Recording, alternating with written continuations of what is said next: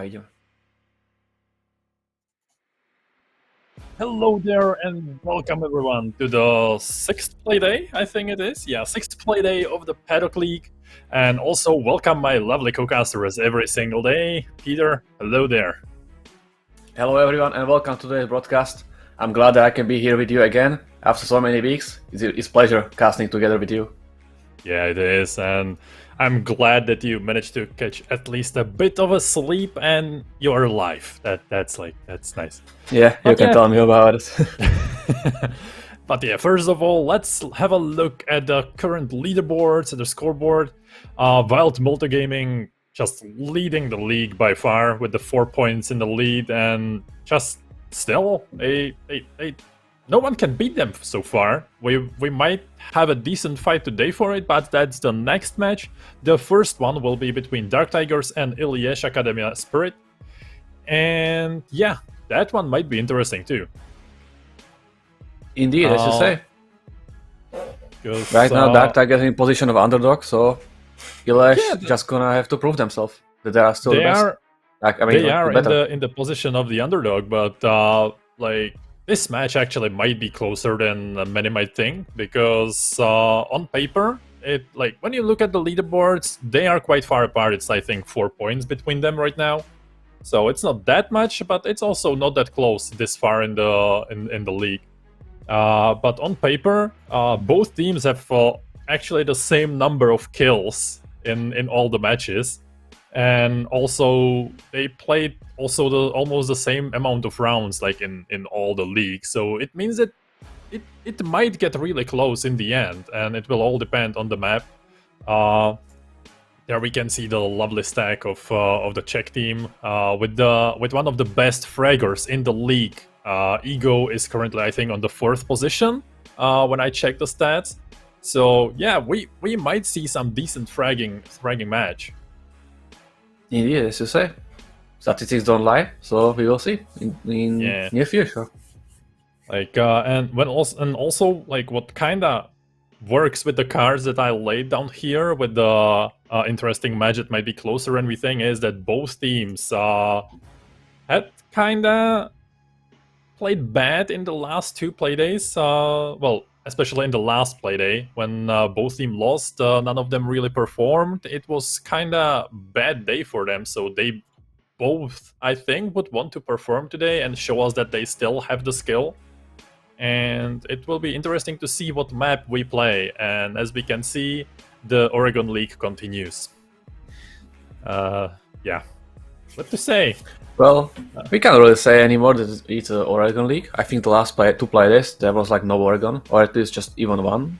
I'm not really sure about that. I think there was one Oregon last week, but it wasn't streamed. But yeah, this is a 10th match with this map, so we have a little of anniversary with Oregon. I didn't bring champagne, but I hope it will not be needed. So. But yeah, when we look so far, we can look at the community prediction. That's actually even also quite close, to be fair, like 60-40. Let me check how it looks in the Twitch chat with the community predictions. Oh, I don't see it anymore. Okay, screw it. Unlucky. I forgot to vote. Whatever, no points for me on stake today at least. But yeah, 40-60 prediction is, I think, pretty decent, and might be also what we can expect from this match. I think Illés is starting on defense, so they will have the advantage a bit in the beginning. But Dark Tigers showed us this map 3 times in a row at the beginning of the season. They won it twice, so they might be pretty proficient on it. Well, indeed. I hope you will see some good action here. Yeah, although I think we will have like default bans. I don't expect anything special. We can expect a Kaid ban, to be fair, from DTG. They banned it twice in the 3 matches, so that might be something to work with. And especially when they start on attack, I think the Kaid ban might help them a lot.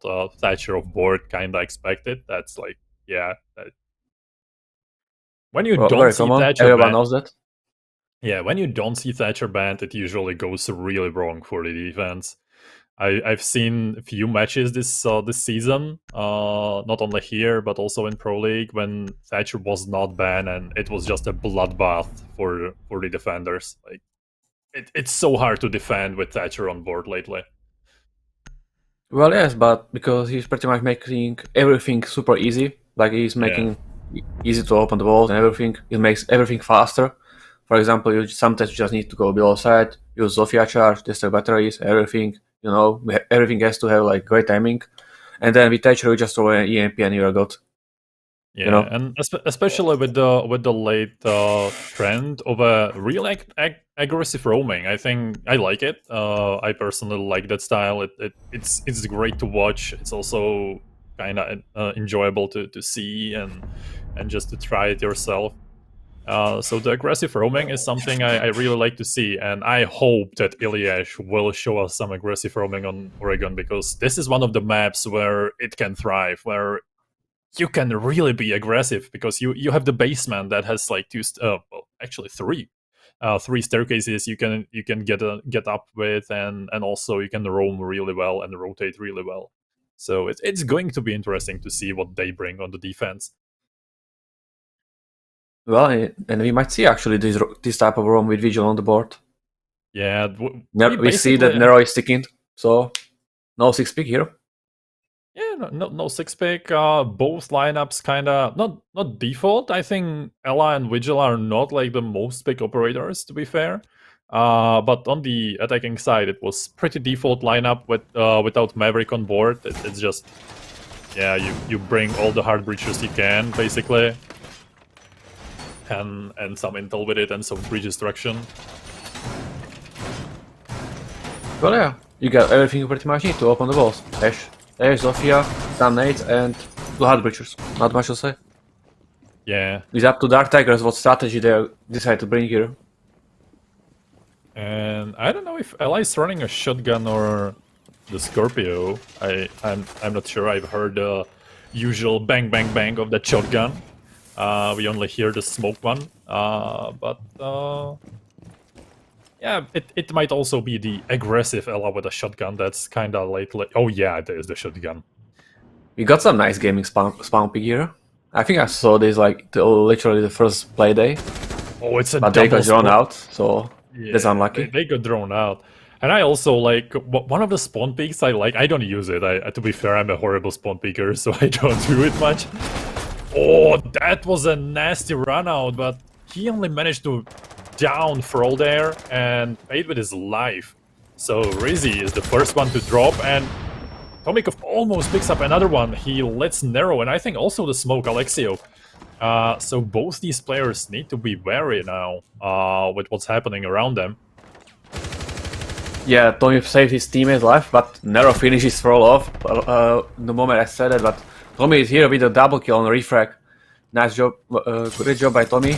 And right now, not really sure what's gonna happen next, but Rep with Mute actually playing really aggressive in Classroom and looking literally for the gunfight here that he can fight, but didn't go so well so far. And he's taken down. And there's a triple kill for Tommy in the first round. Boy, this starts good for Dark Tigers. Yeah, Tomikov is on fire right now. We can see Ego on Diana as he used to do, and he finds a kill with a nade. I thought he just threw it there like, yeah, let's try something. But he managed to get a kill with it, and Tomikov finished the job on the other side. Or did he? Oh, he didn't. Okay. No, it was Ragnar. Oh, somewhere with Ash. I think somewhere around maybe the guy was actually sure. down, or I don't know. There happened so much at the end that I actually don't even know what happened. But yeah, Tomikov started the match with a nice 3k and saving the life of his teammate and refragging him after it really fast. So good job actually on the attack. That was a really well played attack. Yeah. You know, sometimes when you're over aggressive, it doesn't pay off, and this is the result. Yeah, it was a decent round. Okay, we are getting the same side, so Illés probably knows what to do better this time. I guess the main reason or the main issue was the over-aggressive approach for this side. They really played it. When I was talking about aggressive roaming, I didn't mean that aggressive. Like, this was a really over the top when they actually went for the double peek for the doorway in the lobby. So I expect them to hunker down right now a bit more. We also see that they don't have Vigil. They brought Melusi instead of it, so that also works well with it. They want to slow down the attack. They want to make it painful for them, I guess. Yes, indeed. Vigil didn't pay off, so I think they might be approaching with more strategy this time and less like a ranked style. But we will see. GB is trying to slow down the attack from the big tower, so... Yeah, and this time even DTG actually goes with a bit different approach. They're going for the big tower this time. In the previous round, they went basically for the closet push mainly. We can see that Multigaming is jamming, so they will have to clear it from below, and Rap is having his tiny holes with the shotgun to hold it better, so when someone enters the window, he will be probably an easy target. But we can see that the ace charge actually got blown, so there is something Rap probably didn't count with. Well, Tommy managed to actually get rid of one of the mute charges from below. Those were actually really smart places for the mid-jammers, like on the edges, because it's really common to actually go like in the classroom and shoot in the middle.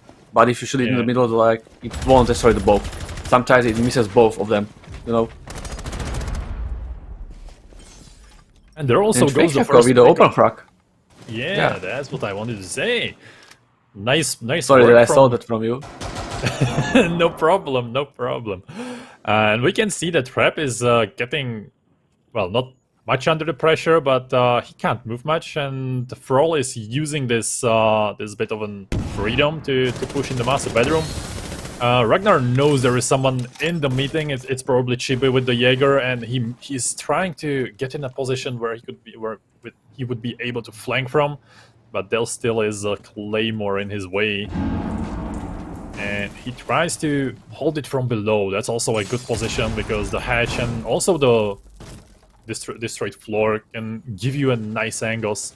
But as we can see, no one is actually in the attic right now.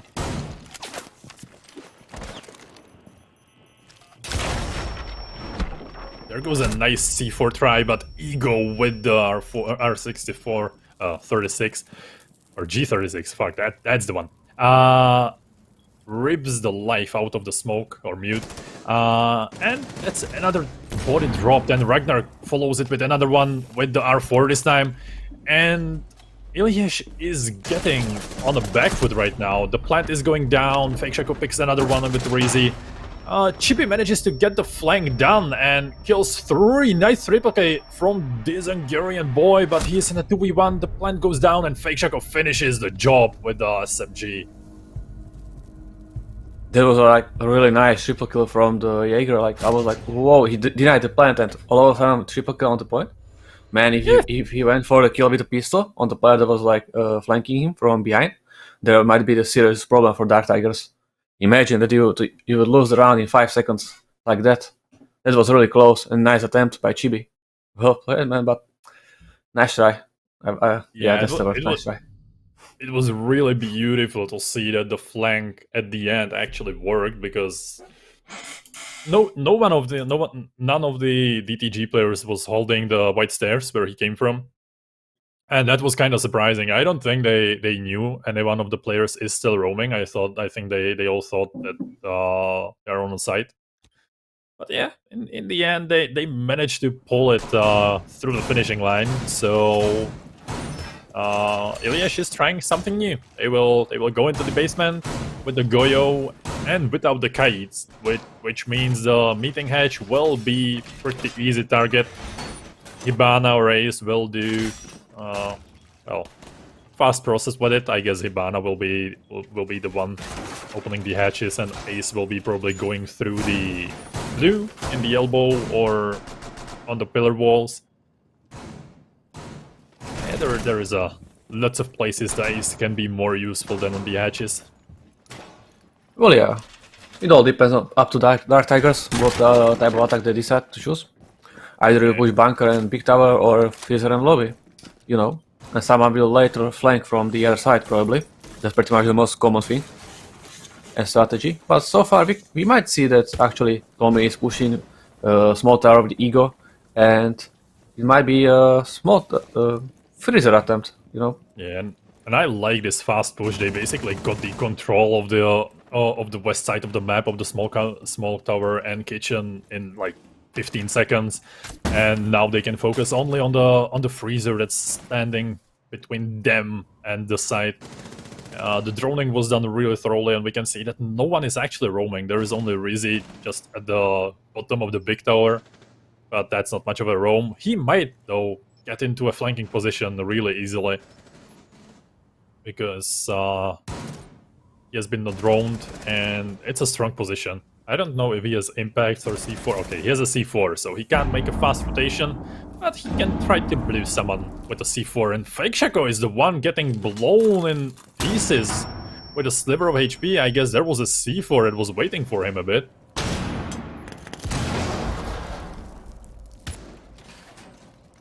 Unfortunately for Dark Tigers, no one was in the freezer while Ego was trying to throw a nade. If there was actually someone, there was high chance that someone would actually die from that. But from the looks of it, Fake Shaco actually got C4 by Nero, yeah, because he's the one losing missing the C4 so far. Yeah, the Reps actually with the open kill on Ego. Almost got refragged, but managed to actually down Tomiko. So that's actually really nice. Yeah, Tomiko. But I'm not sure if he knows about that.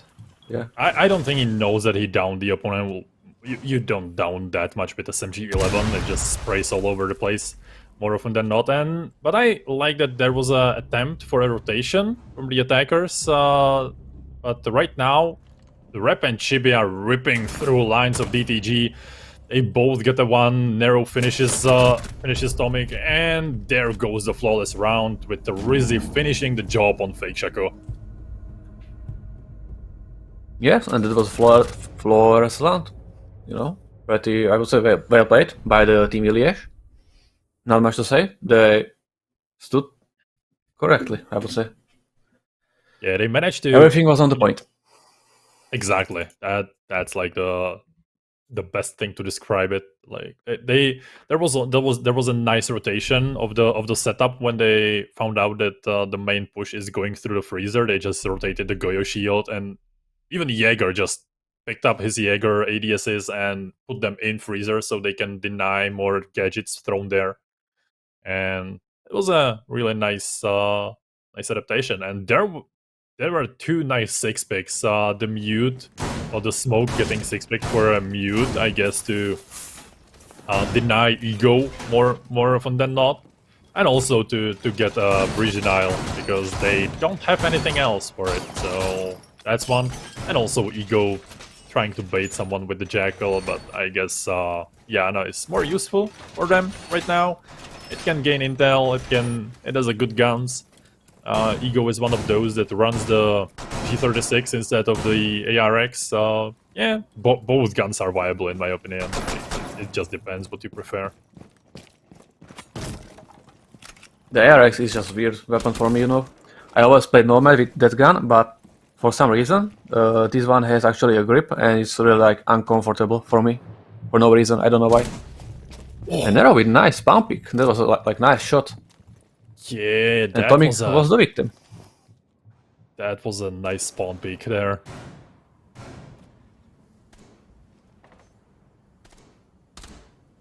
We saw him actually looking for another one, but Fro actually drawn him out, so I don't think he's gonna be continue doing that. But we can actually see that he's proning in a meeting.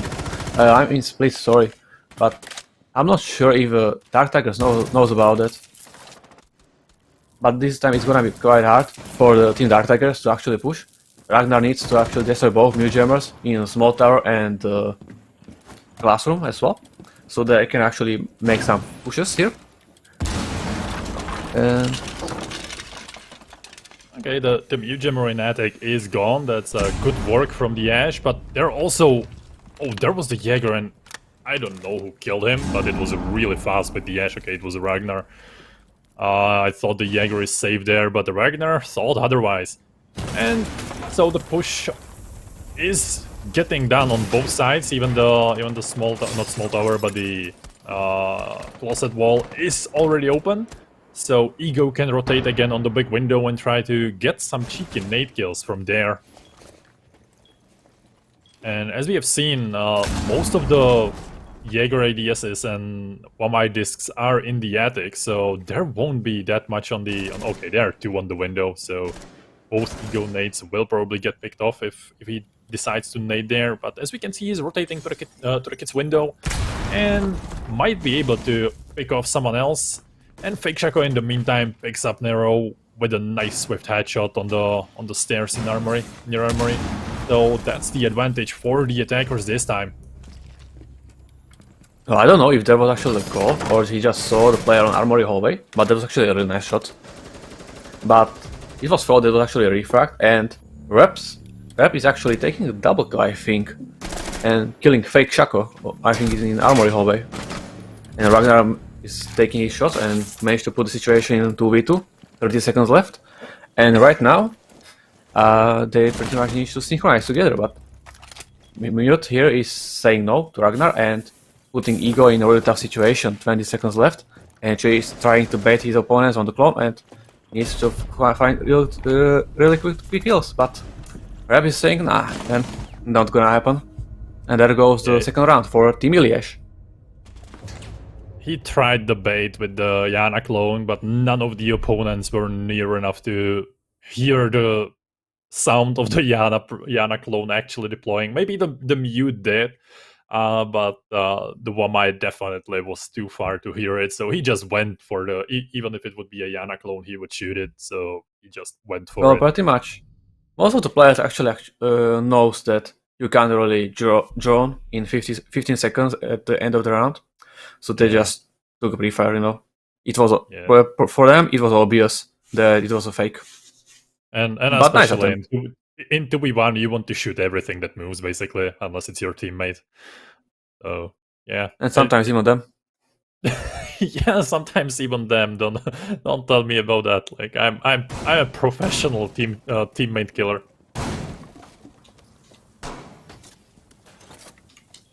Pretty much everyone I know that's playing like Outlines off is actually a professional team killer. From my experience, man. I don't use outlines. I hate them more often than not. Like sometimes they can save the lives of your teammates, but yeah, they also like obstruct the vision, and it's kind of not good when you want to play a bit more of a tryhard. And as we can see, Illés is going for the kitchen dining this time, basically avoiding... I don't think they can actually go for the basement. Yeah, they won those 2 in a row, so they can't go for basement nor the kids. So they are picking the third side, which also involves a lot of top floor hold. As we can see, Alexio and Rizzy there doing the work with reinforcements, and the smoke will probably be staying on top with his shield, smoke canisters, shotgun, angles, and everything he needs, basically.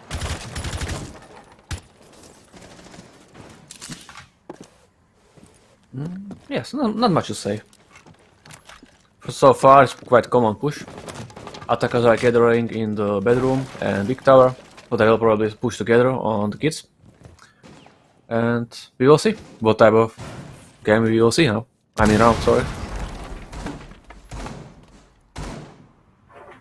Yeah, right now it's not a aggressive roam. We can see the both players on top just basically holding the top floor and waiting for the push of the attackers. I think Illés will try to hold it a bit more thorough, not aggressive, just waiting for the players to push in them and trying to find the angles for them.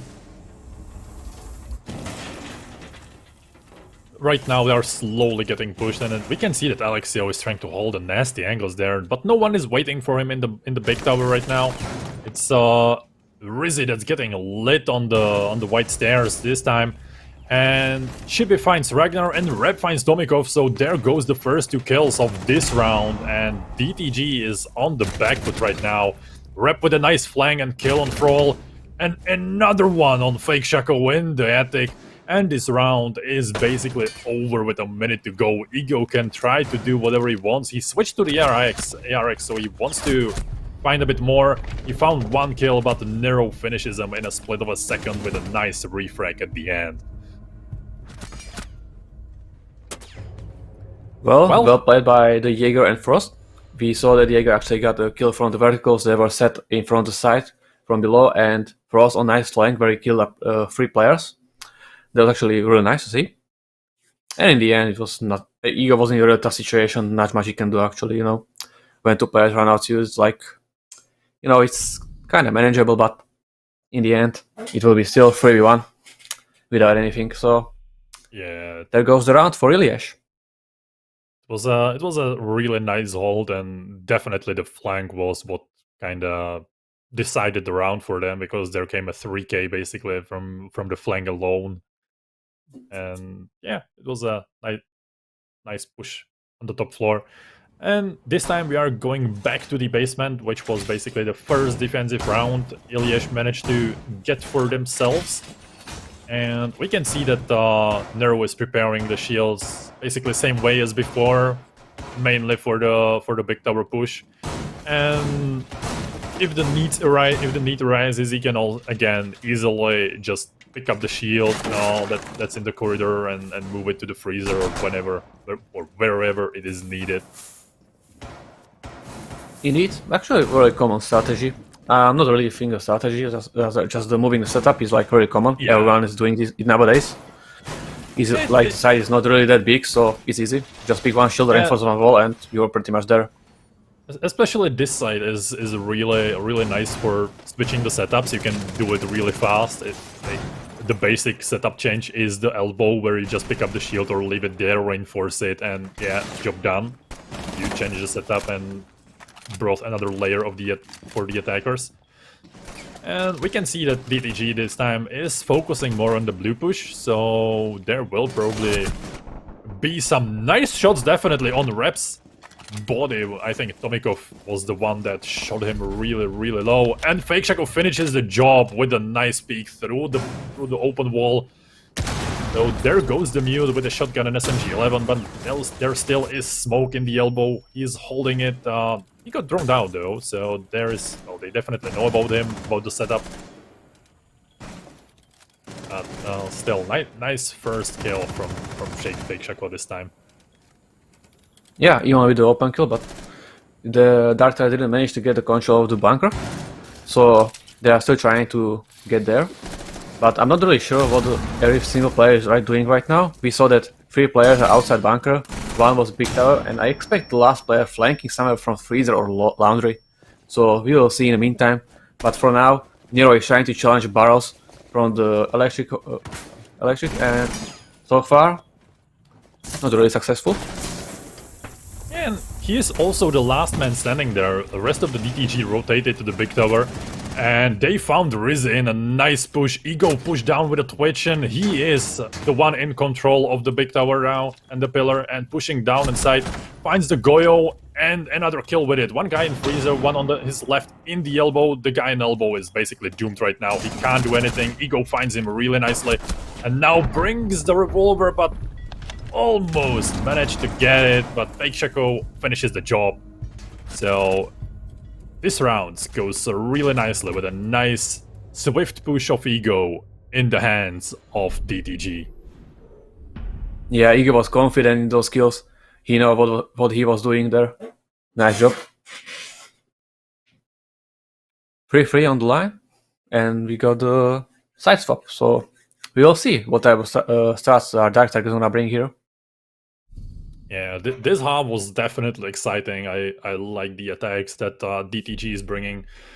It looks like they are really good, well prepared for this time, for this playday, and their attack look really solid. And 3-3 split on Oregon is actually really good for the attackers.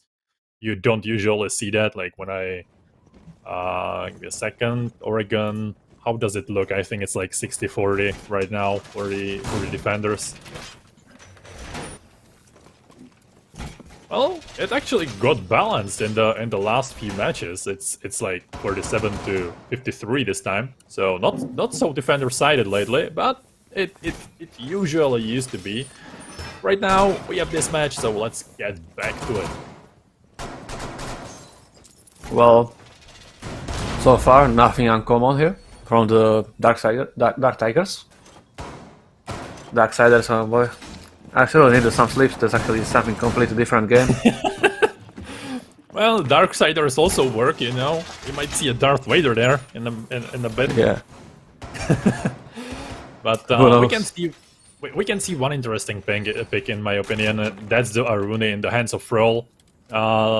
In my opinion, Arune is always nice to see. She's a really versatile operator and can be a pain in the ass if you want to put it full there. Because at the late pushes, it's basically a Capcan. You can't do anything about if you don't have drones, flashbangs, or something you can throw through it. So it can be nasty. And since more of these rounds went to the last like 20-30 seconds, I can expect that there will be some late round pushes. We can see Frol right now is holding the meeting from below. He knows there are some players in green and tries to get behind. Well, not right now, but he might be the one that gets a nice cheeky flank. But right now he's still staying there and waiting for anyone to push the hatch. He has the peak holes and he might be able to find a nice head there, and he also does, and the Riz is the first one to fall. There is another one. They will try to get rid of him in the meeting right now, so good work from Frol this time, because he managed to get his first kill of this match and also get away with his life. Tomikov finishes the job on Nero and on the Alexio. Both of them were trying to push on the other side of the map. I think they were on the closet, and well, their life ended really, really fast. So it's 5-2. I think they were outside the big window. But I think actually someone jumped in the big window because we saw another big hole behind the beds. So I think they decided to push, but Tommy stopped them there. And we're gonna be another kill on rep. So Chibi in 1v5 situation, and so far this looks like a flawless defense for Team Dark Tigers. Yeah, now right now they are just waiting. Oh, there goes a nice flick on Chibi. He manages to pull out 2 out of his magic head, but Tomikov said no and refragged him in an instant. So there goes the not so flawless at the end, but in general it was a flawless round. Everything. Well, I almost jinxed it. So yeah, you almost. Bro, imagine. Imagine if I actually jinxed it and he went like 1 in 5. You know. Oh well, it would be definitely a nice thing to the statistics. You know, it's like. Not so much for DTG, but for the general viewer, definitely a beautiful thing to see. Indeed. And we see a nice 6 pick for Echo here by Fake Shaco. I actually think this is the same strategy that Dark Tigers showed us here a few times already in the league, where you pretty much Ella agrees with the mines to deny the plant. It's a thing not so many people actually know, that you can basically use the Ella trap same way as you use Echo. You just throw it in the face of the of the planter and it just pops and denies the plant. It's not something you kind of think about doing when you are playing in that situation, but you can, and it's strong, and not even the attacker expects it, because it's not something you usually see. I think I managed to do it like twice in the 3 years I play. It's funny. Well, of course, because most of the majority of players they are using Illa like Roamer, where you use the Gristle Mines for information when the enemy is pushing. But here in this very specific instance, you know, you are using it for the plant denial. Like you mentioned a few seconds ago, it pretty much stuns the target and delays the animation. More specifically, it stops the animation of a planter. Yeah. So But there goes a nice push of Nero. He's basically in the freezer, and well, if he wants to, he has the control of freezer. But decides to go for the, I guess, push that is more in line for them. I guess it looks like they want to go for the laundry push and open the hatch in the lobby. Okay, Nero proves me wrong. He's getting back in freezer. He wants it cold. Indeed, man. I think that was a second yokai here, but a nice open frag on Tommy by Nero. So far, 1 minute and 50 seconds, and Team Illés got the control of freezer. So we'll see.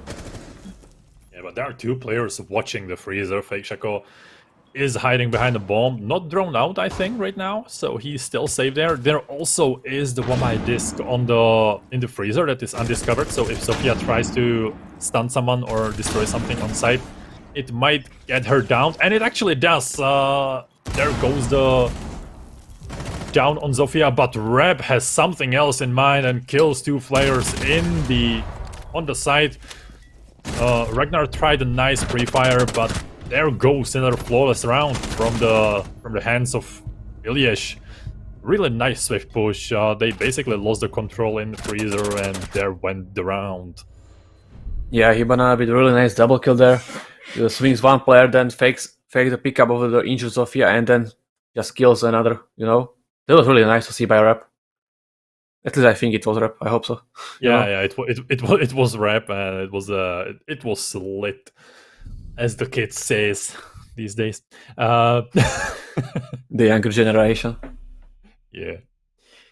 Well, I'm not really in the position of talking, but you know. Well, you are still younger than me. But to be fair, almost everyone is, at least watching this league. But this time, TTG sticks to the Maestro there. They don't want to bring the Echo again, and I think their setup will be a bit more general, what you usually see, and a lot more in the intentions of what we saw from the Illés. Because we can see the reinforcement on freezer on the left side again, not on the right where it was the previous round, and there will be probably the peak holes on the usual spot. So yeah, it will be more of the default one. Well, yeah. But actually, it is interesting that we will see the whole bunker reinforced. But it actually might be because Thrall and I'm not sure if Ego's gonna be roaming here in the upstairs in attic and meeting. But with this what is it called, extension towards upstairs, it might be actually makes sense right now. But I'm not really sure if Illés are actually coming for a roam clear. So far, it looks like they just want to go for site. You know, three player already under big tower in pillar. Pretty much the whole team almost. Yeah, pretty much the whole team is going for blue, and Chibi finds the first kill on Thrall this time. He's on the 25 HP, but still managed to get the first pick of the round, and that's what works. Because the man advantage is really good for the attackers. But there are still guys in the freezer, and also two players roaming. Nero finds Ragnar though. Ego with a nice SMG-11 kill on Chibi. So there goes the first player of Illés, and second one follows with Tomikov and his Vector kill. So there goes the initial push of Illés that goes basically just splattered on the wall. Fake Shaco finds a head of Rep, and the advantage of the first push is gone. DTG in the advantage this time. They try to open the wall in blue, and they manage to do it. There goes a nice line of sight out of the ace and his Selma charge. The two remaining players of Illés are still in blue and trying to find the remaining players of DTG. But those are just hiding and waiting. But there goes Rizzy and a headshot on Fake Shaco. The Maestro was too big to hide, and it's all in the hands of Ego and Tomiko with the Vector SMG-11 and a nice hefty shotgun of SAS. We can see the little Mexican standoff right now. Everyone is waiting and hoping that they can find the kill. Ego extends there a bit. He finds the kill on the Alexio, and there goes the diffuser. Standing, well, laying on the ground of pillar, and Rizzy knows about the player in the pillar now. He saw him, he goes for a pre-fire, but gets lit heavily there. Ego is in a nice position. He gets picked though. There's a nice headshot, and Rizzy with a 20 HP will try to finish the job with a nice 1v2 clutch if he manages to pick it. But Tomikov is waiting for him in the small room next to the laundry, and it will all depend on Rizzy if he manages to find him. He probably will go for the plant, and there it goes. I don't think he will try to... Okay, he's faking it and didn't manage to finish the job he started. Tomikov finishes him though, so there goes the round for the DTG. Yeah, smart to play by Tommy in the end, and it pays off for him. But it's actually a really nice round, really quick. The action was there, everything. We just saw the team Illés was already pretty much almost on the side from the beginning, but it's kind of stopped when Ego get his open kill on Ash, I think. No, it's actually a refrag on Ash from a long time from Fraud. And from there, it actually slowed down, and players were just holding angles and pretty much waiting for a mistake from the enemy team. Yeah, it was a really nice... I liked also the initial attack when they discovered that basically blue is free to take, no one is holding it, and they just went for it, but then they just... Well, they kind of splashed like a fly on the window of a truck, you know? They couldn't get in. You couldn't get in? Let me in? Let me in! Yeah, that's I think that's something that was screaming in the heads of Illés in that attack. Well, yeah. We actually see the same setup that we saw in the first round, I think, by the attackers of this game on defense. So far, nothing special. Like, not only special, like really uncommon. But the only one point I actually want to point out is actually that Ego is playing with the mute in Armory and has a reinforced hedge. Most of the teams actually likes to leave it open or soft, so the player can actually run. But most of the time, the player just dies there. So it might be pointless and actually might save some time for him. You know, trying to... so he won't get naded from below. Yeah, it also gives him an advantage if he gets naded from below, but Alexio is the first one who gets the taste of some bullets in this round and decides to push away. Nero is the second one though, so two players of Illés are below 50 HP. So that's not something you want to start the round with. Alexio is still holding the window on the rappel there, and Frol finishes the job, and again with the first pick in the round, he gets the Zofia, so that's not something you want to start around with too, because you want to have the soft breach in there. And we can see Frol trying to get another pick. He's trying to find another one, and he does! The fight with Chibi was so nice. That was a nice flick and nice anticipation there. So two picks from Frol there, and the round goes hugely in favor of DTG. Indeed.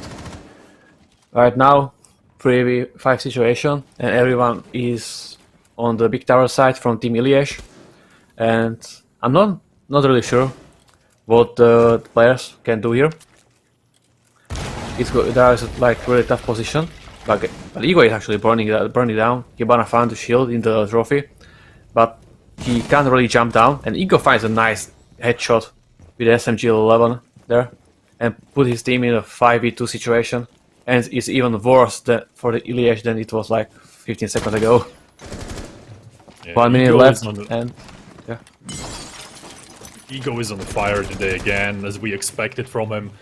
He gets the kills that are needed and expected from him, and Rizzy doesn't have much to do. He tries to pick someone with a nade. Alexio on the big window. Well, I don't think there is much they can do, because Frol in below tries to get the... Oh, that was a... Well, I don't think he knows. That was a nice flick with the wall bank. Yeah, I think he knows. Yeah, he probably heard the player on the roof, and he just, you know, pretty much just breathe fire behind him. And I think he was like surprised as well. He didn't know that what happened really, but he was like, I injured someone. Yeah, I think he reacted to the drop because he heard the sound of the guy dropping down, so he thought, yeah, he's going for the window. I will just try it, and it worked. It was a nice kill from Froll. He managed to pick, I think, 3 kills this round, so well done. Yeah, and this is a match point for Team Dark Tigers. And if my calculations are correct, I think by this play, Dark Tigers pretty much secure their spot in playoffs. Am I right? Yeah, I think you are. They are on 7 points at least, and there is only one more playday, and no one from behind them can get to this amount of points. So yeah, they basically secure them the playoffs, and also they might secure a bit more because a scalp of Illés would be a really nice addition to their collection. Indeed, man.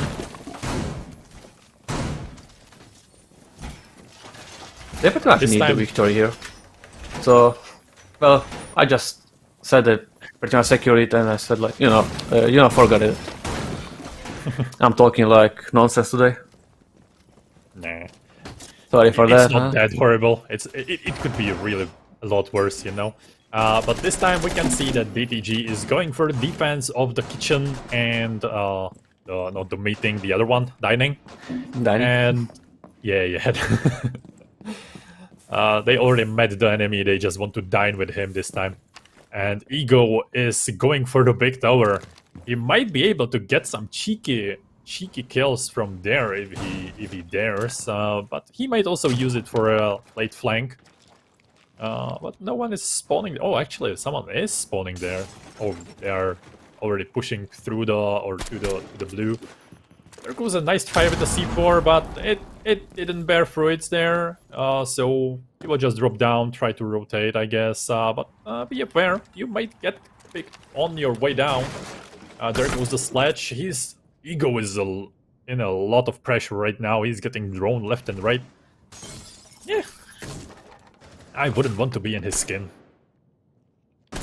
Well, he took already 1 minute from the attackers, but he decided to pretty much play it aggressive. And I'm not really sure it's gonna pay off. Right now he's stuck in the big tower and with no option of left. But almost get a hit on the ace, but didn't really manage, and he's lead to 50 HP. So far, he's literally trying to get as much time as he can. But, yeah, but it looks like Team Illés has a hard time with dealing with him. Yeah, they finally managed to get him, but they basically wasted half of the round just getting through that one spot. That was a nice play from Ego because he basically delayed the roam 3 players, and DTG managed to get a pick on Narrow. So that's also a huge pick off the ground, well, off the board. Yeah, in the time when we were looking at Ego, Tommy actually get a nice kill with the C4. So, yeah. 1 minute left and 4-4 situation. And from the looks of it, Ace is opening a small tower wall.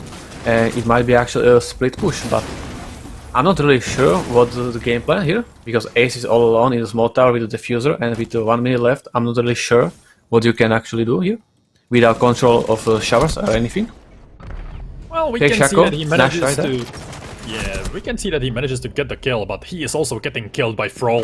That's a nice refrag, but Chibi managed to get one more in the meantime.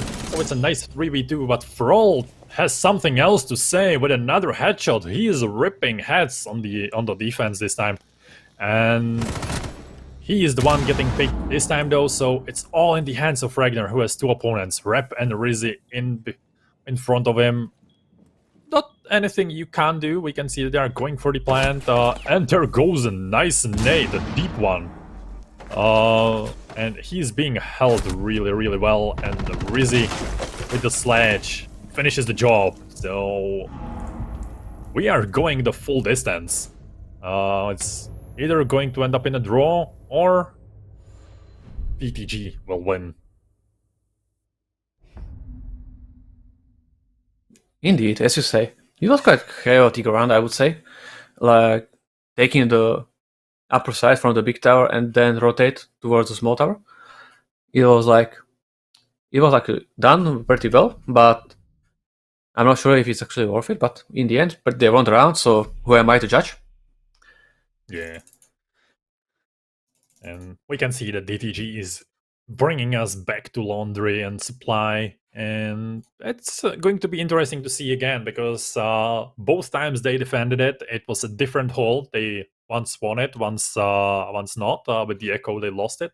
This time they're going again with the Maestro, so it will be probably the more default setup, but I don't think they will extend the roam so much this time, and also I don't think Illés will go with that fast of a push as last time. But we can see that DTG is again reinforcing full, well, the blue off, basically full, so they want to feel safe from that push and concentrate more on the other side. Indeed. Well, it worked last time, so it's it's probably gonna work as well. And we see the same extension that we saw in the previous rounds by the Dark Tigers. So we'll see how Illés is gonna take the attack this time. But from the looks of it, it pretty much is gonna be the same attack that we saw before, taking control of the blue and the big tower, I think. Yeah, they're checking for the Multigamers again. They discovered that they still are there, so that's something you can deal with easily. But this time the clear of meeting was a lot faster, so they're already opening blue, getting rid of the gadgets there, and also preparing to open the elbow. So this time basically none of the players of Illés is anywhere to be seen, I mean else than blue. So there is lots at stake, and we can see Ragnar nicely trying to get the pick through the hatch. The angle is well prepared for him, but there still is a lot of work. And we can see that Illés is getting the drones out. Nero is trying to get a nice cheeky flank and gets a nice flick on the Ragnar. So there goes the gunner of DTG down, and Ego is going for a flank. He manages to find a nice headshot with Frol also, and Tomikov is the next one to pick a head out of the board. So it's a 4v2. The situation is in the hands of Nero, who finds a nice kill on Ego. So there goes the best fragger of DTG right now in a 3v2 situation for, well, in favor of the DTG right now. They're opening the walls, trying to get the angles. Chibi is pre-firing every single angle he can find, but nothing is bearing the fruit, at least not for now. He's standing with the Maestro on one of them on each side, but Frol is the one that gets the head of Chibi, and it's all in the hands of Nero, who is getting down by no one else than Frol, who is basically the best defender on this map right now, because he just ripped in every single round. I think he had like 3 Ks or at least 2 Ks. Like, yeah, he killed a lot. Yeah, indeed. Defense. Indeed, man. Pretty much the last round, he managed to get another triple kill. So, well played by him. Pretty much solid defense by Team Dark Tigers, and they proved themselves. To be honest, I didn't really expect them to take this match. Not even the draw. So, shame on me, but they proved me wrong. They definitely know how to play Oregon. Yeah, I was expecting a nice tight match, and it got delivered. We got all 12 rounds we could have gotten, and all of them were, well, fast-paced. I have to admit, none of them was boring. Like, there was always a lot on stakes, and yeah, it worked really well. And I don't know if we have interview ready. I guess we do. Okay, we are still waiting for the production. Yeah. But yeah, this match showed us really, I would call it maybe high-octane Siege, because that was a really nice one with lots of 3Ks. Like, let me check how many 3Ks we had. Okay, it's Tomic in the first round, then Chibi, then Nero, Ego, Duo Frol. Yeah, like six 3Ks in a 12-round games. That's a lot. Well, pretty much everyone had their time to shine, you know? Yeah, that was also a nice thing to see. Basically, there wasn't anyone dragging their team down. Everyone was basically going full in or all in, and everyone was also getting the kills. Like Ego again on top of the kill board on this side, on his side of the team, and also Frol showing up really well today. Well, not much to say. Well played by both teams. It was actually a really close match. And it was actually fun to watch as well. Yeah, I think, to be fair, this might have been the best Oregon we've seen this season. Well, there was actually one really nice match. I think it's also a WiLD Gaming against Team Glor. That went like 7-4. But it was a really nice match. Yeah. That one was surprising. That one was really surprising because no one expected Glor to be that kind of a hard opponent for WiLD, but they were, and they managed to steal some of the rounds. Not some points though. That was sad, but yeah, WiLD still rolling in the league, and they also will be the part of the next match. That's probably the biggest match for our fan base, for the Czech and Slovak fan base, because it's going to be WiLD versus Fadee. Basically, the best team in our scene competing against one of the best Hungarian teams that are there right now. So it's gonna be crazy match, and I can't wait to see what map we will play and how it will go, because I expect Fadee to show us what's truly inside of them. Definitely, indeed, man. This is going to be a really nice show match. No, like show match, like showdown of good teams here. Yeah, it's basically the two best fragging teams. Yuki and Mango on one side, and Thrift and Hexty on the or Zox, not Hexty, Zox on the other side. It's going to be crazy. So stick with us for that. It's gonna be the next match. But right now, I don't know if we are still waiting or we are getting there.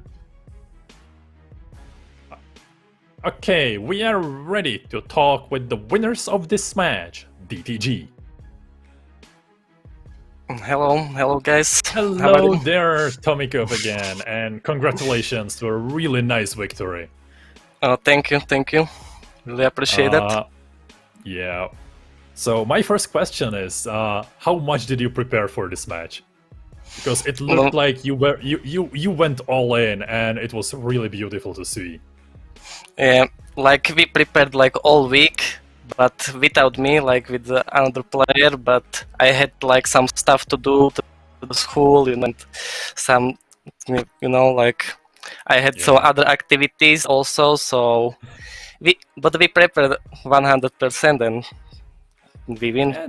That's it. Well, even though you in person didn't manage to prepare as much as you wanted, you definitely performed, and basically every one of you performed today. It was really lovely to see that none of you had a bad day. Frol went crazy on the defense with Aruni. I just I expected. We were having fun. We were just having fun. We were just having fun, and that's it. Yeah, that's we were lovely like to joking. See. That's good. We were joking in the middle of the round. I also have one more question. What's it with you and Oregon?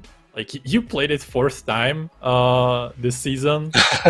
Is it your go-to map, or is it something you just don't even like think about, but it always goes to Oregon in terms of banning in the end? Like, when you have to decide what map will you play, it's always Oregon. Like, what's in this? Like, it's secret. I don't need to tell you this, because other teams, they will check it. Oregon main map or something, like it's secret.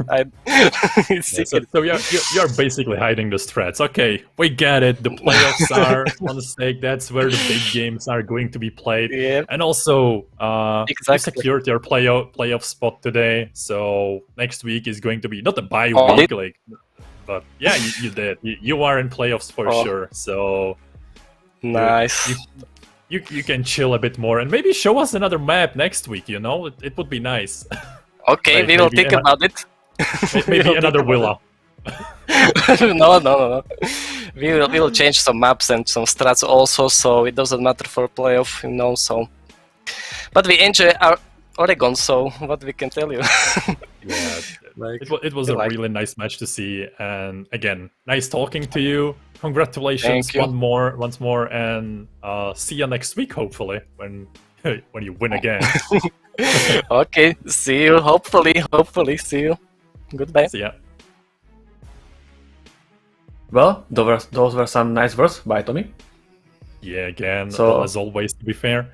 But yeah, I guess that's it for this match. But we will be back in, well, under 30 minutes, to be fair, because the next match between Fadee and WiLD is going to be wild, and you don't want to miss it. So stick with us, grab popcorn, some drinks, and get back in 30 minutes.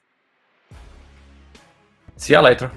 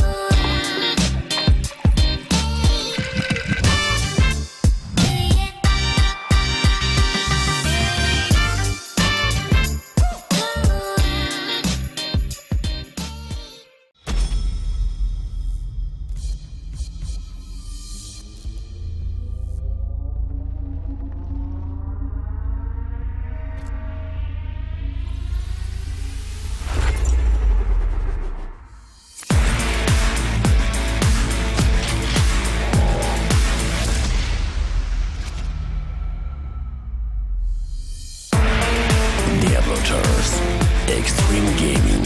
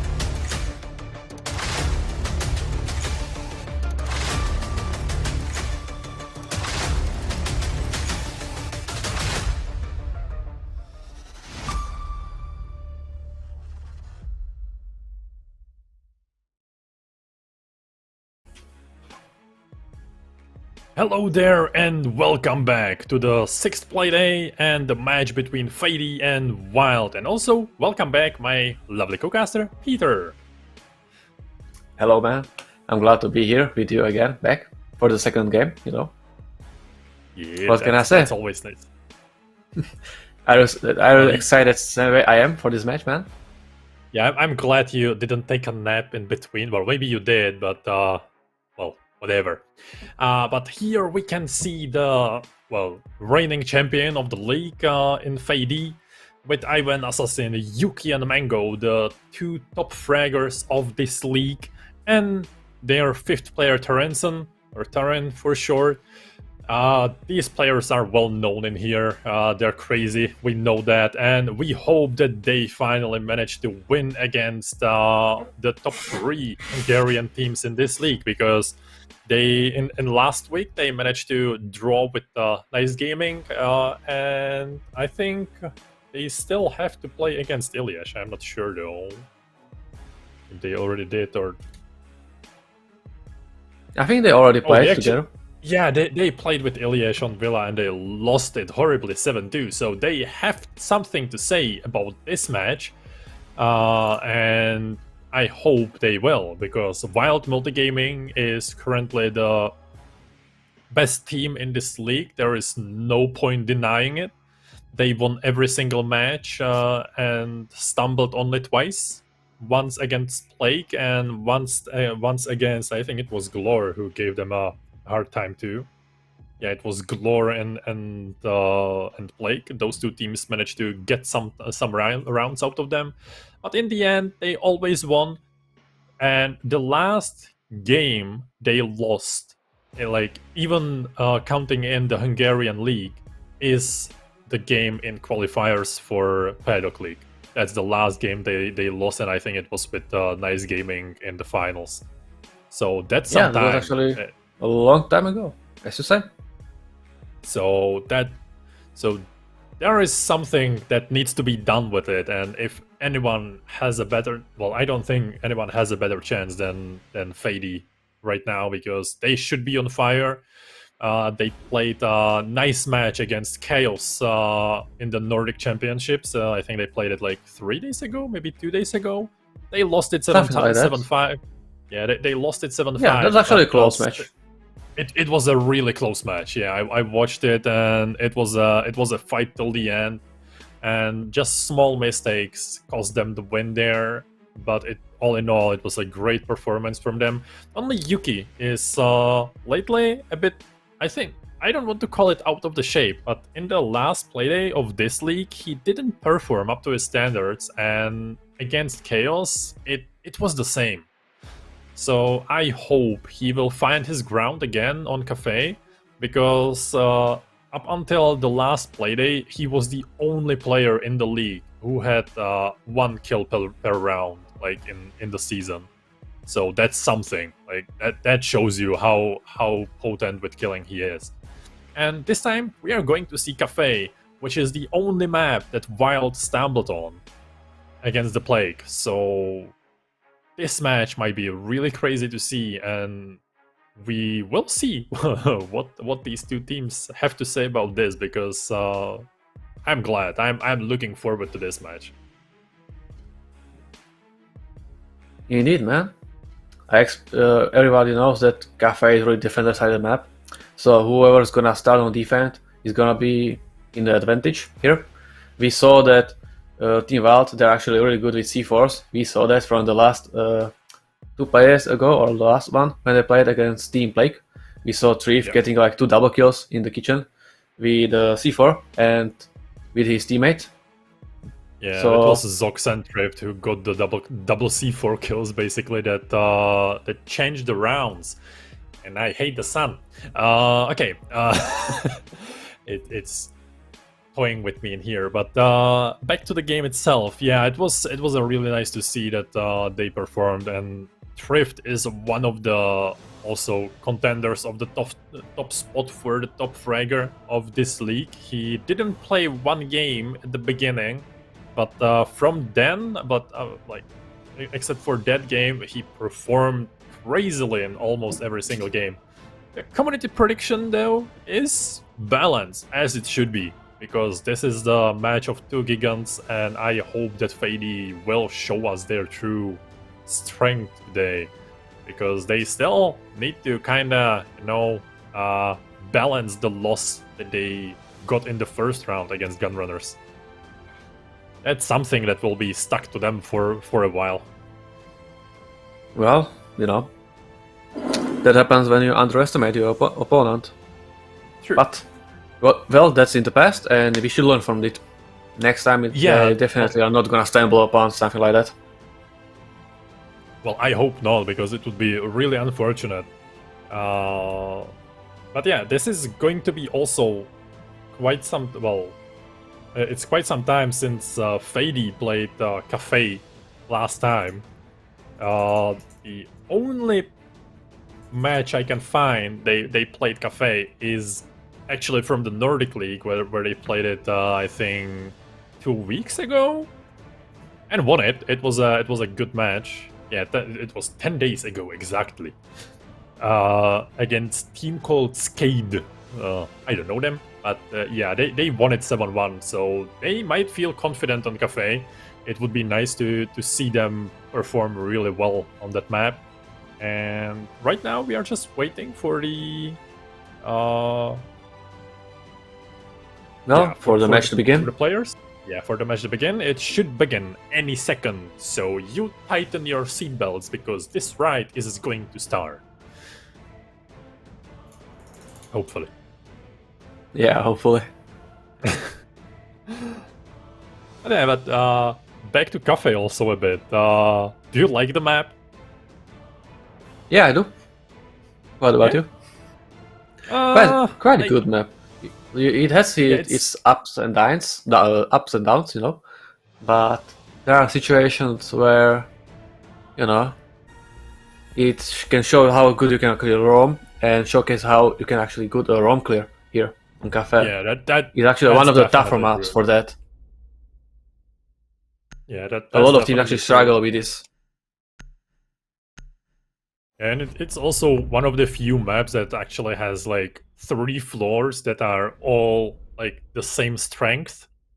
It's not like one floor is stronger than the other, or that like for example on Villa where the basement is basically non-existent. There are only a few players that use it for roam, and some crazy players like Ragnar, for example, on his Jaeger. He loves to do it, but that's like one of the few I would call it. Well, on Villa, most of the players are use that for the flank, you know. Yeah, that's like pretty much the it. only way. But right now we are here on the Cafe, and pretty much the same thing here. You got like 3 staircases. Pretty much 2 of them are connected to every floor, and a lot of flank potential.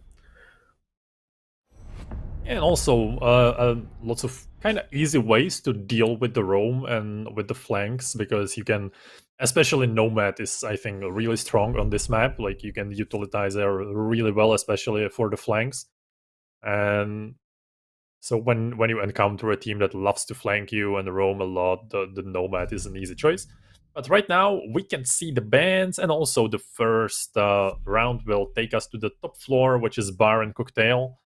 So yeah, it's going to be nice to see what Fadee, also known as Riddle, well, they are playing under the Riddle in the Nordic Championships. Here we know them as Fadee. They will bring a lot of intel with Maestro and Valkyrie. We can expect some cheeky Valkyrie spots, maybe some cheeky Valkyrie camps, even outside, to get some initial intel about the push. And even Castle has its camera as well. Oh, yeah, he has. So there is going to be a lot of intel to play with. You can't easily destroy the Bulletproof cam, you can't easily destroy the Maestro cams. So both of these, or all 3 of these, will show you a lot of intel and also give you a lot of problems, or soak some nades, charges, breach charges, or whatever you want to throw at them. So indeed, we can I'm kind of surprised. You know, I'm kind of surprised that we are not seeing Zofia right now here. I think the castle pretty much baited the enemy team that Team Fadee they are gonna be in the kitchen, but no, they're actually playing this like older Apex strategy that I actually saw like 1 season or 2 seasons ago, when pretty much you got the castle cigar double doors and you are playing there with a shotgun on close. It's actually a really nice strategy, and without Zofia it's gonna be hard time to deal with it. Yeah, I used to like it a lot because you usually have a shield there that's facing the red stairs. Not this time though. It's not held that hard, but you can also play it with the shield, and we can see that he's preparing some nice bullet holes, and the castle barricade is gone. It used to be a lot stronger with the old ADSs when you could soak up 3 nades or charges with 1 ADS than 2. It used to be a lot stronger. I think that's the main reason it kind of is not played that much anymore, because you basically need to waste all the ADSs there. But Assassin goes with the first pick on Thrift, but Ghostic refrags him really fast. Mango dies the first one, and Zox follows with a nice kill on Ivan. I guess it was on the Repel on white, maybe? But Indeed, still, it was. I haven't actually tried to refrag his teammate, but actually Buck was there expecting that, so he held his ground there. nice play Pretty much from... default stuff so far, Yeah. and so far it's actually a nice take. There still is a lot of intel for Fadee to play off, but Gory finds another one with a headshot on Terran, and this defense is crumbling down slowly but steadily. So it's all in the hands of the attackers right now if they manage to get in. Assassin finds another kill, this time on air kill, and brings the balance a bit more towards the favor of the defenders, but we can see that Ghostic is also on fire with the Ash and finds a double kill in the end on the Yuki and Assassin. So Well, there those- goes the first round. Yeah, those were some nasty shots by Ghostic on the Assassin freezer. Like, I didn't even see Assassin from his point of view there, and he may just shoot his head there. I don't know if it was just because of the Pro League skin or no, but really nice shots, man. Yeah, that was some crazy stuff from Ghostic. I think he got a 3K there, maybe, or not. We will see in a second how many kills he got, but still, it was a nice push from Fadee. Definitely cleared the top floor well. We will get there again. This time, basically the same strat probably from Fadee. I wouldn't be surprised if they would choose another castle setup. Like you can also use the castle on other places. So, but all in all, the castle in here basically soaks the utility of the attackers, the nades, the charges. And again, WiLD is not bringing the Zofia, but they have Slash, so that's a huge counter against the castle. You basically don't need to waste anything on the castle barricades, especially when we see them on the window in piano, or it's basically piano. So that castle barricade is basically a freebie for the Sledge. Well, you are correct with this, but I'm not really sure how you're gonna punch the barricade with a sledgehammer that's gonna be in cigar door from the rifle. That's gonna true. be kinda hard. Unless you decide to throw the hammer like a Thor, Oh, but that would be cool, would but be a nice gadget. unfortunately, you don't have that here so far. But who knows in the future?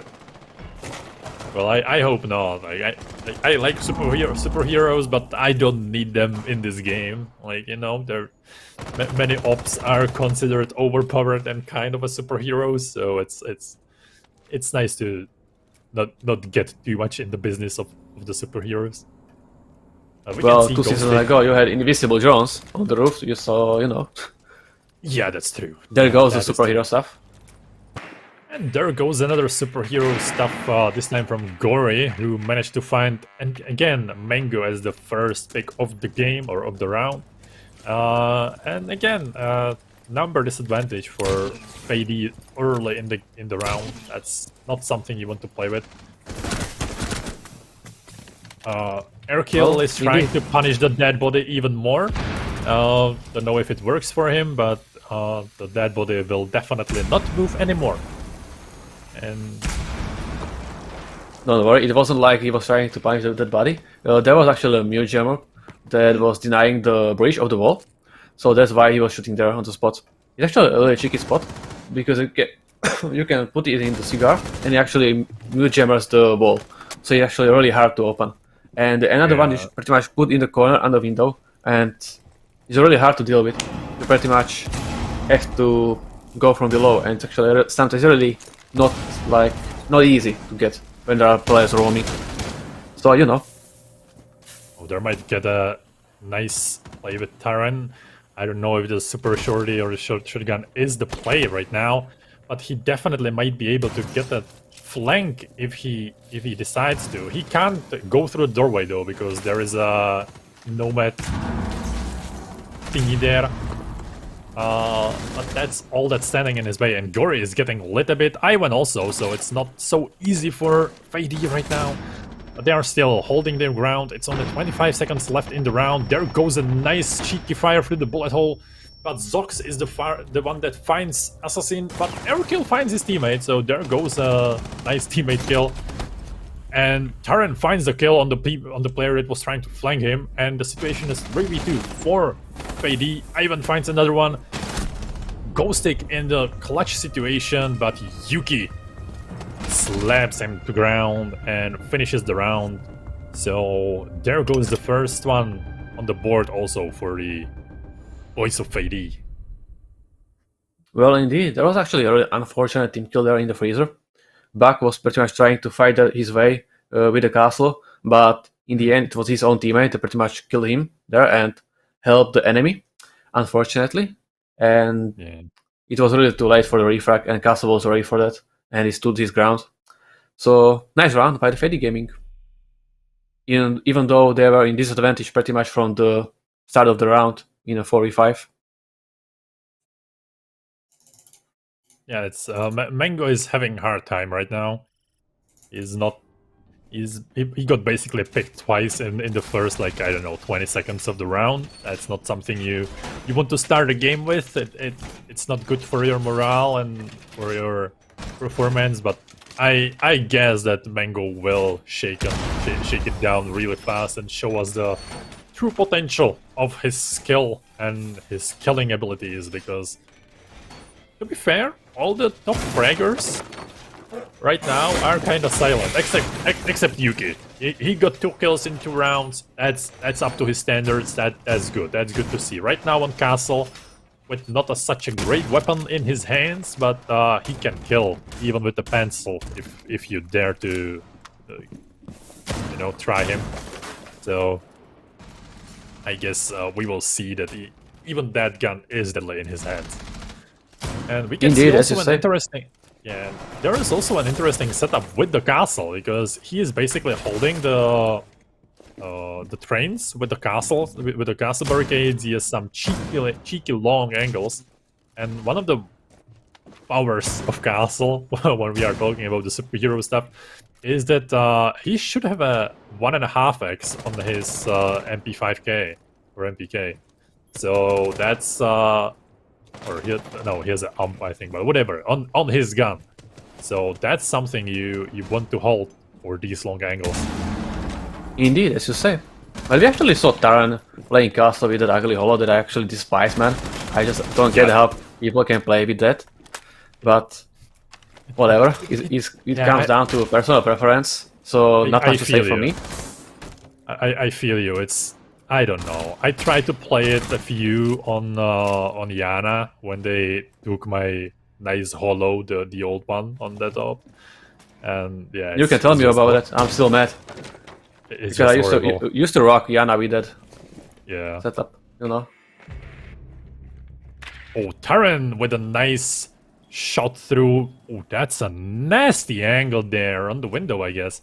That he managed to pull off, and that was a good headshot on Gory. So the Nomad of board will actually help Fadee a lot, because that means no traps on the board. And Yuki left us kinda unintentionally. He dropped off. Don't know what happened there. Some technical difficulties, I guess. But let's hope that he was will some get time back. ago. But right now we can see that he's back in the game. At least as a spectator. I mean, you know, on the cans, pretty much holding.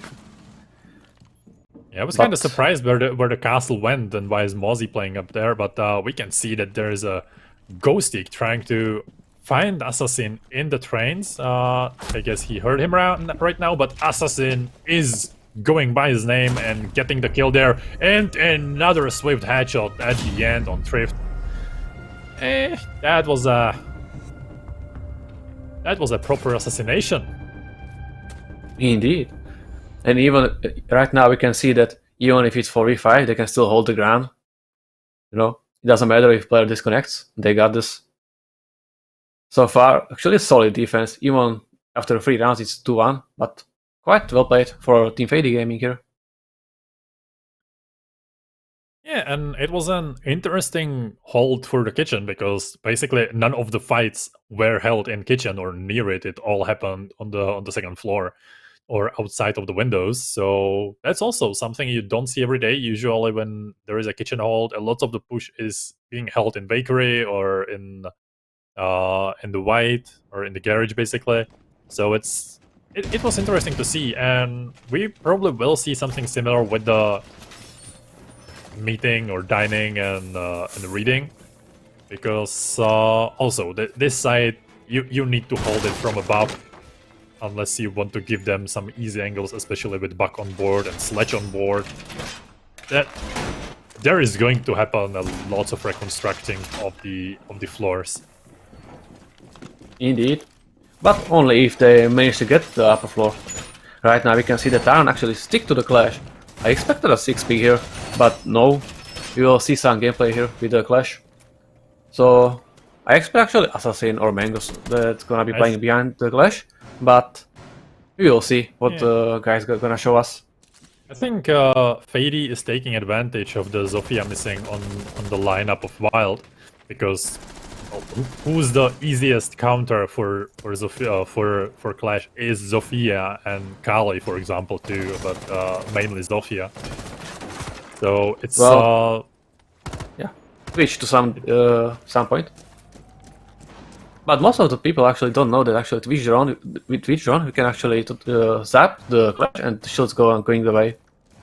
Oh, that's a fun mechanic here. That's nice. That's something I didn't know, to be fair. Thank you. You didn't know? Yeah, I don't play Twitch much, so I didn't discover it, and I never kind of thought about it that you can do it this way. But it's you pretty much have to shoot the laser to the back of the Clash, not in the shield. It's a cheeky little, tricks there. 101 by Snoopix. Kappa, you know. It's good to learn anything, and there was a nice fall from Ivan, who got clinched there, but managed to find a way out of the clinch and get out. And Taran is the one taking his spot with the shield. He's getting the ground there, but we can see that WiLD is already getting some work done. But Sledge is the one that's dropped down, and Ghostic too. Zux follows. Assassin is on fire. He is going on and on right now. It's Yuki who finishes the job on air kill. Assassin finishes the job on Gory, and it's basically 1v5 for Thrift, who can pull crazy kills, but I don't think that against Clash it's gonna be easy for him. He's on 20 HP, and even with a pistol finishes the flawless round for Fadee. Well, so many drop shots from Evan, but in the end it was successful for him. Well, yeah, I don't know what to say. It was kind of hard to watch. But I don't want to be nasty one. Drop shot, hip fire with a pistol. That's a hard way to get. That's a hard way to go. Well, 3-1 for Team Fadee Gaming, and right now we are going back to the cocktail and bar. Yeah. And from the looks of it, it looks like we are gonna have the same strategy as the last time. With Castle and Mute playing pretty much Castle, the Incigar. And so on. There goes also a nice bait for the IQ. They got 6-picked from the Nomad, which is, well, potentially on this side not such a problem for the defenders, because there is not usually that heavy roam on top floor defense. But still, it's in my opinion a waste of 6-pick this time, because Ivan switched from the Valkyrie to the, how is it called? Melusi, that's the one for the Melusi. And as we know, you can't shoot Melusi. You can see them, but you can't shoot them. You need to destroy them with an explosive. So the IQ will have a hard time finding something she can destroy with her gadget. Indeed, as you say, it's still like you have to punch or use an explosive to deal with them. Yeah. We still didn't get the update from the TTS that was there what was it, 1 month ago already? I don't know. Yeah, it's I think 1.5 months actually the season started. A month ago or something like that. But yeah, it's a shame it didn't go through. I would really like to see it. And there also goes a nice usage of Hibana pellets, because as we know, you can use them on the castle barricade, and after the recent update, you can switch between the number of the pellets you can use, and on castle, you just need basically one to destroy it, but you can't shoot just one, you need to use two, so that's something. Still better than using all six. And Mango in here, he is going for some flanks and using the advantage of no Nomad on board. So he might have something to say in the late round. It's almost half of the round gone, and there is nothing really happening except for Mango finding Thrift's head and getting hit a bit there, but not so much. And there also is another player trying to find him. There was a nice nade that was not cooked right now, but the enough amount, and also another nice attempt of Mango. He didn't manage to get the kill, the C4 was a waste, but Assassin got him in the end. Air kill here with a nice kill on Turin in the white on Pixel. There was also a nice peek on the other side of the white. Ghostic though, on fire again. He kills Yuki and brings it in 3v2. Another pre-fire of air kill there. These are crazy tries, but Assassin is the one who is getting the kills again. And tries to get another one with a pistol, but didn't manage to finish the job. Put Ghostic on a 25 HP, and Ghostic finishes also Mango with a nice headshot on the down player. And all is in hands of Ivan, who is also not so much on HP. So it's going to be a nice 1v1 in the last 30 seconds, even though a lot can happen. And the drone will find Ivan, but not for so much. The diffuser is basically being looked after from the defender, and Ghostic doesn't have much time. The diffuser is actually outside. He didn't even have the actual diffuser. That's unfortunate. He has to go for the kill in the last 10 seconds. But I'm not really sure if he's gonna manage to do that, because they got the info on him. You can hear the yellow pings, the red pings there. But no! Nice pre-fire by Ghostic on Avon there. And managed to save the round for his team. Well, that wasn't the right position to be there. What can I say? Yeah, there unfortunately goes. for Ivan. Unfortunately for Ivan, unfortunately, yeah. He just tried. It looks actually really promising It looked really promising for Team Fadee Gaming. They were, I think, in the 5v3 advantage, but in the end it comes to 1v1. Yeah, Ghostic managed to pull the team with him really hard, and it worked for him, or for WiLD, and really nice attack from him. Ghostic is on fire today on the Ash. He's just picking one player after another, and yeah, I was kind of hoping that the player of Fadee will just run away, because but I guess they didn't know that the diffuser was still outside, or that the diffuser was outside to begin with, like that they dropped the diffuser there. So it's kind of hard to get the intel and to get the right decision. It's easier for us when we see everything so clearly. You know, that's how it goes. As some people say, it is what it is.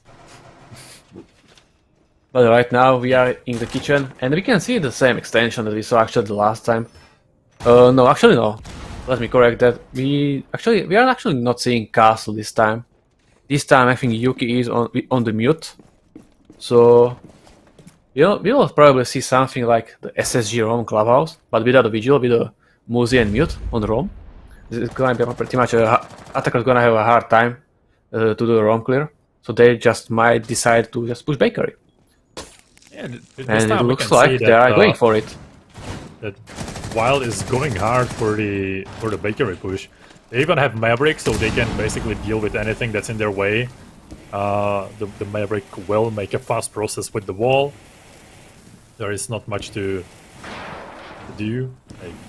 If you can clear the small beams that are on the sides of the walls, those are the most annoying one. Actually, it used to be. Do you know what's even more annoying? when the piece of like a painting is there stuck in the wall. Yeah, that. And even if you make the wall soft, it's still there. Like what, you know? And the most annoying thing is that it might be stuck for you, but not for your teammates because it's client-sided. Well, Those things. it doesn't matter for teammates. It matters if the opponent has the problem or not. Yeah, that's true. That's the most painful thing. There goes a nice nade that almost picked off Yuki on the top floor, who has a nice big holes to hold the attack off from above. You can see Thrift trying to get some kills or get his first kill on the board, but not gonna happen, at least not for now. And Ghostic though is on fire right now. He is on his 9th kill in this game, and the head of Awen is the one that got ripped off. So it's not looking so good at the beginning, but there is still just a minute left of the round, and that's not something you want to work with when you are on attack and you don't basically have even the walls open. Okay, they opened the bakery wall, so they're prepping for the plan. They're also trying to push the side doorway, and Assassin finds air kill, but Thrift finds Yuki finally, and another one on Mango. Ghostic in the meantime also finds one, and it's all in the hands of Turin in 1v4 situation. They all know where he is, so they will try to peek him and pre-fire him, and Ghostic, his aim is true today. He finds one head after another, and this time it was the head of Turin who got picked up there. Yeah, definitely on point, man. The whole execution went really fast, like 4 or 3 kills, like in the few seconds, pretty much. Quick reflex on the assassin that was, I think, in the VIP all the way back, and that was actually a really nice nade on Yuki. So 3-3, that's our score on the split, and we will see what type of strategies are gonna show us from the team WiLD. Yeah, well, Team WiLD will definitely play with the C4s again. I think we can expect Thrift playing below, or at least roam there a bit to try to find someone from there. He used it mainly on the second floor hold, but he has the C4. Also, Airkill has it, so it's 2 C4s on board, and both will be thrown, as we know, because they just go for it. And yeah, it's going to be interesting to see. Maestro is preparing some nice holes from below, or actually not from below, but for below. So there will definitely be a player stuck behind, not behind, but under in the trains. I think it is. I'm not really sure if it was from the match with the WiLD or somewhere in the Pro League, but I saw like really nice C4 strong from that hole towards the cigar. I haven't really seen that in the past. I'm not really sure if it's a new thing, but definitely for me it is. So if we actually we'll see like a nice C4 kill, it's gonna definitely be from there. Yeah, it's I think it was in the Pro League, because I don't remember it seeing it here. But yeah, it's definitely a great. Like, these type of C4s are more and more popular because they kinda need more intel and more cunning to use, because it's not like slapping a C4 on the ceiling and waiting. You need to time it well, and it can get shot easily, but it also can be much more deadly because it explodes basically in the face of the attacker, and that moment it has bigger radius and bigger killing potential. And there goes the first shield of Goyo, so Ghostic will have to move out of the pixel point or pixel position, and the control of the piano will basically be under the hands of Fadee. There also goes the Maestro Cam that was in piano. That's a nice usage of the Gun 6, a new gadget in the game, not used so much lately or so far, but it's definitely a good addition, especially if you don't run Zofia or Ashe. You can use it on the Yana. It's 1 free, and the only disadvantage is that you don't have your sidearm, so it might get sometimes a bit hard. Yuki getting lit in here a bit from the freezer side, but they still are kind of besieging the site and waiting if they manage to get in. Well, those are the bullet holes that actually Mute was there holding, and I think he actually got in for those. Actually, no. Let me correct that. It was actually smoke here, and Chief is continue with his another kill on the Mango with a nice headshot from cigar to the cocktail actually. From cocktail to cigar. Pardon for that. But outside of that, 30 seconds into the round, and we are in 3v5 situation. Attackers only manage to take control over the piano, but don't really have the control over the freezer. With the 20 seconds left on the board, I'm not really sure if they are gonna win these rounds from this.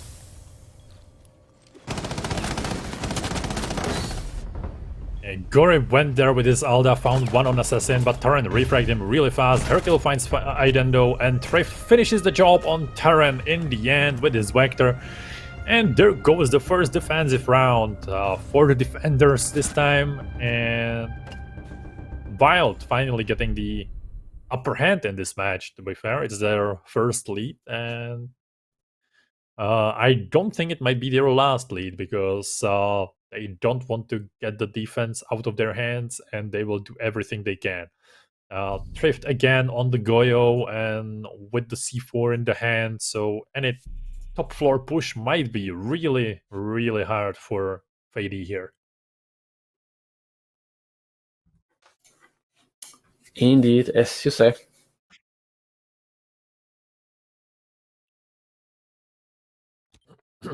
From the pics, actually, it looks like it doesn't really seem like Team WiLD they are actually planning to roam.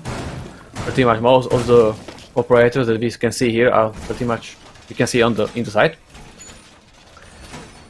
Maybe Ghost is gonna be on the roam, trying to shot some drones and then fall back. But we will see. Yeah, even on the top floor hole, there was actually no one roaming below, as I thought there might be when they made the holes there. But in the end, all were just standing on the site and waiting, which is kind of unfortunate, because I think that if Fadee decided to go for the below, for example with Buck or even with the Ash, just to open the cocktail bar or the cocktail floor and try to flush the defenders from there, it would be a much easier attack for them. But Fadee knows what they are doing. Just to clarify that, they have their strats, their procedures, and they want to stick to it. So it should work for them if they make it correctly. But WiLD is also well prepared and doing what they want to do. So that's the basic of strats 101, you know. Well, indeed.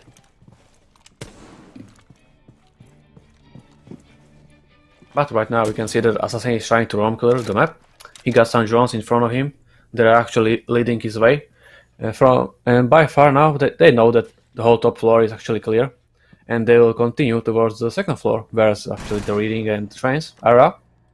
And so far it took them 1 minute. We can see that Riff together with Jocks, they're actually playing in VIP together. And pretty much Team Fadee, they're trying to make a setup for the execute. Yeah, and I like that Hercule is waiting with the C4 below. He's holding it like for a full minute basically in his hand and waiting if he manages to get something out of it, and he might be able to. Okay, no, he is not. In the end, the C4 was far away off the target, and Assassin is trying to get the Electroclaw. He finishes, he does it in the end, so the hatch and freezer will be open. And also the reconstruction of the floor in there is starting. Mango is low, the first one on the floor again, which is not something you want to see with your sledge. That's the main power of the rebuilding of the site. But only 50 seconds remain on the clock. So Team Fadee will have to start moving a bit more. Assassin is trying to find the first kill of the round there, but he is not able to land the shots. He might have landed like 1 or 2, but that's all he managed to do. Indeed, and 30 seconds left, and we are still in 5v5 situation, so it's gonna be a little full of blood in the end, where they are gonna be shooting everyone at the same time. So far, like 20 seconds left, and Hawks with first open frag actually on the assassin, and Ghosty continues on the mango. Yuki managed to get refrag on Ghosty again, 3 taking it back, but in the end, Team WiLD hold their defense and win the round. Yeah, that's a back-to-back defensive win for the WiLD, and what the role, to be fair. Fadee didn't much know what to do there, I think. It was kind of sieging around it and trying to get some early picks, but in the end, when it went for the 1v1 of the Ash and the smoke, it ended up better for the smoke, even though he was kind of in a disadvantage there. I think he was being pre-fired by the Ash. He just, well, he had the advantage of the shield, so he could see exactly where his opponent was. But this time it was kind of hard, yeah. Well, it was pretty much the same thing for the Ash. On that close, when you are both pretty much in front of each other, it's like you like to call it the Mexican standoff, but Yeah. Log managed to get that one.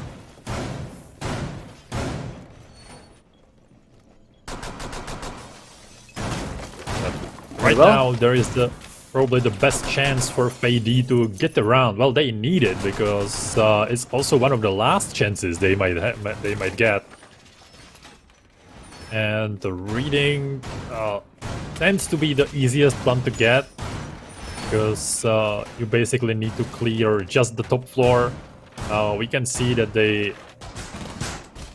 Interesting decision by the Ghostic to re-barricade the window there.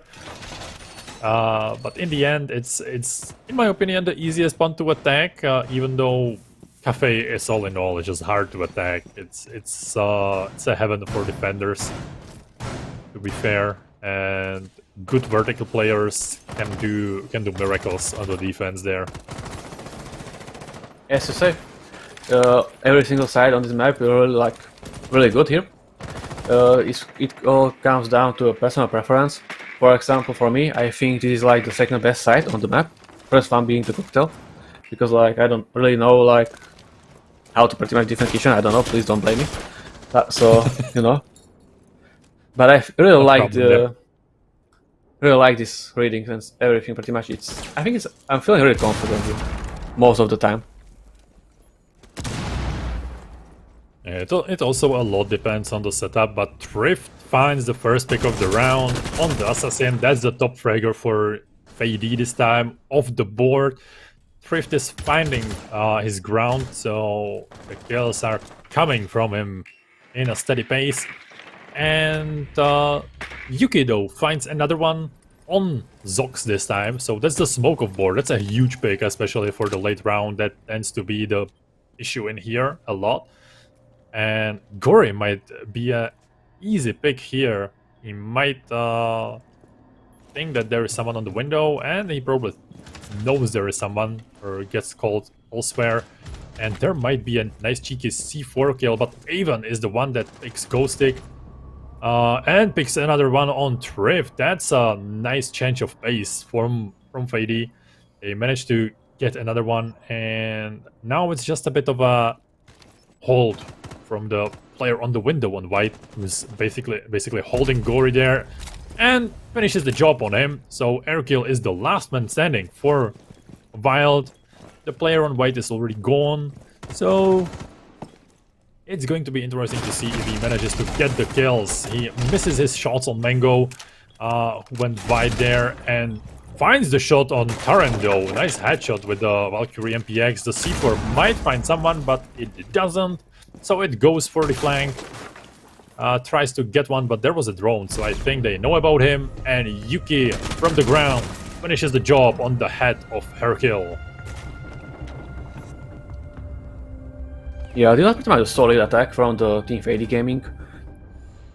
Ivan really nice two open frags with a double kill, pretty much there, on his own.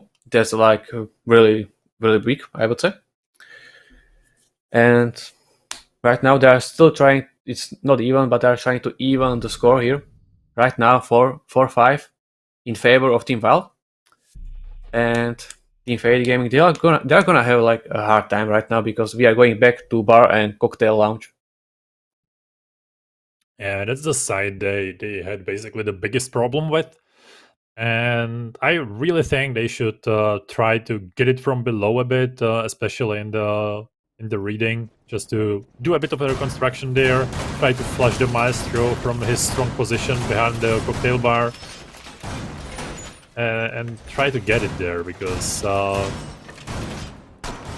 I don't think they can get to site only with a one-sided push, basically through the piano and cigar. Well, you don't really have that many options there. Either you just go from the piano, or you just do the east side push, pretty much that you rappel on the cocktail windows and do a vertical work with the buck from the cocktail. Sorry, not the cocktail, I mean from the library. But that's actually really hard and complicated. It's like really tougher than the actually the piano take, you know.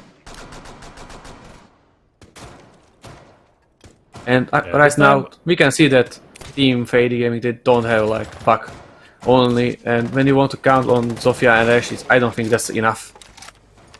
Yeah, especially when you need the Zofia charges and Ash breach charges on on other places. Usually you want to destroy the shields with it, and there is at least 3 of the shields, so that's not something you want to deal with other way.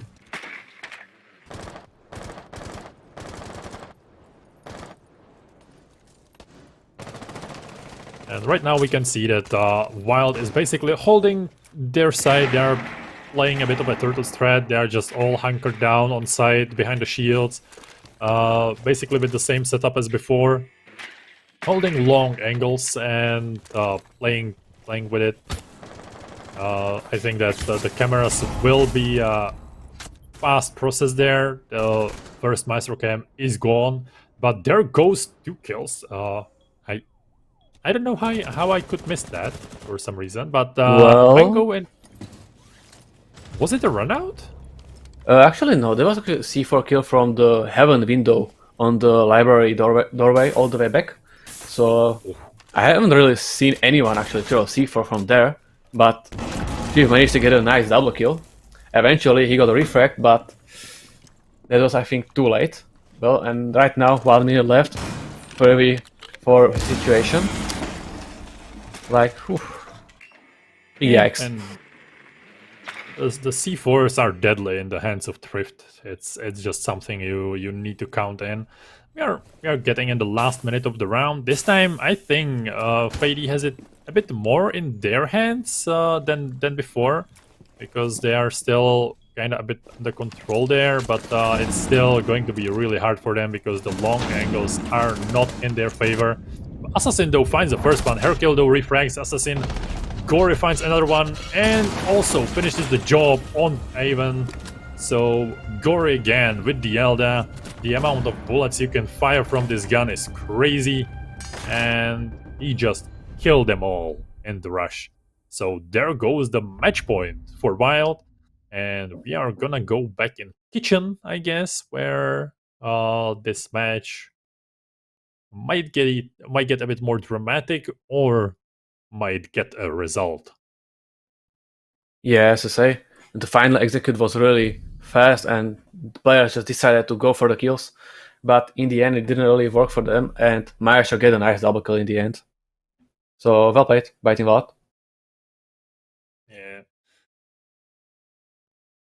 Again, the strat that they have doesn't require a lot of like aggressiveness. They just basically wait for the opponent to clear what they can clear, and since they know it's basically a bit of a mathematical equation that there is basically more gadgets than you can clear as an attacker with the amount of shields, Maestro Cams, Jaeger ADSs, and other stuff, that they basically know they can hunker down for so long that the time will be always on their side. And it's kind of nasty strat for the cafe, but it works. It's used there basically almost by every team. Just the utility meta and the denying of gadgets and getting through layers of the defenses. It's kind of rough to see and rough to play against. Well, yeah, indeed. It's actually a good thing that Team WiLD they banned Vamai for this scenario. You know, Vamai actually helps in this way really much with the utility meta. But with every season, we actually see that it's less and less utility focused. But Thrift almost get the first open frag, or maybe he might have been the first open frag. Pretty much a quick some shots were shots, but nothing really happened.